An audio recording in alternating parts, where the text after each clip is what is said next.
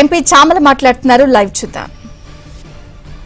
మరి advisor correct అంశం చెప్తుండో లేదో, ఏ అడ్వైజర్ చెప్తుండో ఏమో అనుకోని సంబంధం లేని సబ్జెక్టులలో ఏలు పెట్టి జ్యోతిరావు పూలే విగ్రహం పెట్టాలని మీరు ఏదో ధర్నా చేస్తున్నారు. మీ నాయన ముఖ్యమంత్రి 10 సంవత్సరాలు ఉన్నప్పుడు మరి అప్పుడు మరి ఆ జాగ కనపడలేదా? అసెంబ్లీలో పెట్టాలన్న ఆలోచన రాలేదా? ఇలా కాంగ్రెస్ పార్టీకి జ్యోతిరావు పూలే గారి పేరు పెట్టాలని చెప్పాల్సిన అవసరం లేదు.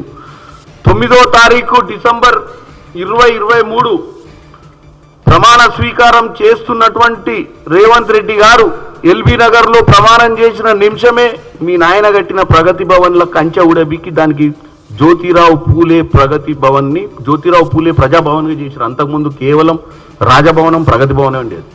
ప్రగతి అని పేరు పెట్టిన రాజభవనమే ఉండే. మరి కవిత గారు మర్చిపోయినట్టు మరి చెప్పేటోళ్ళు చెప్పలేదేమో.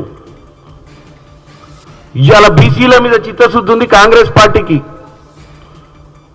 జ్యోతిరావు పూలే గారిని స్మరించుకుంది ప్రమాణ స్వీకారమైన కొన్ని నిమిషాలకే. ఇప్పుడు మీరు వచ్చి మళ్ళీ తెలంగాణ ప్రజలకు కాంగ్రెస్ పార్టీ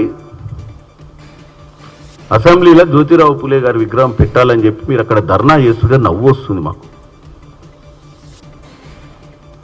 మీడియాలో స్పేస్ తీసుకోవాలనో, మీడియాలో ఏదో చెప్తే నలుగురు వినాలనో ఆలోచన కాదు. ఏం చేసింది కాంగ్రెస్ సంవత్సరంన్నర పాలనలో? జ్యోతిరావు పూలే గారిని విస్మరించిందా? జ్యోతిరావు పూలే గారి ఆదర్శాలను అనుసరించిందా అని చూసుకోవాల్సిన అవసరం కూడా కవిత గారికి ఉండే.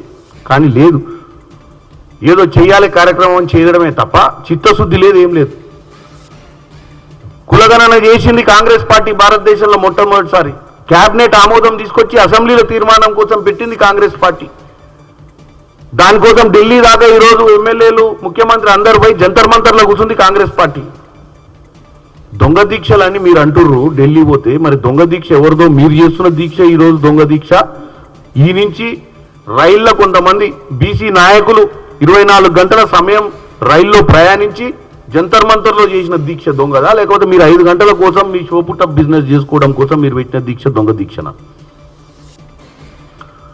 చిత్తశుద్ధి ఉంది కాబట్టే మీ నాయన లెక్క ఏకపాత్రాభినయం చేస్తలేం. ప్రధానమంత్రిని, సెంట్రల్ మినిస్టర్లను అందరినీ కూడా అడుగుతున్నాం ఈరోజు మాకు సహకరించాలని, ఈ బీసీ రిజర్వేషన్ బిల్లును పార్లమెంట్లో కూడా ఆమోదించాలని. ఇలా మా రాహుల్ గాంధీ గారిని, ప్రతిపక్షాలలో ఉన్నటువంటి ఎంపీలను, అన్ని పొలిటికల్ పార్టీస్ని కూడా ఆ రోజు మేము పిలిచినాం. ఎంతమంది వచ్చారు? పంజాబ్ నుంచి వచ్చారు, తమిళనాడు నుంచి వచ్చారు, కేరళ నుంచి వచ్చారు ఎంపీలు జంతర్ మంతర్కి. అంటే మేము కనపడతలేరా మీకు? 40 నుంచి 50 మంది ఎంపీలు అక్కడికి వచ్చిన విషయాన్ని మీరు చూస్తలేరా? చూసి విస్మరిస్తుర్రా కవిత గారు?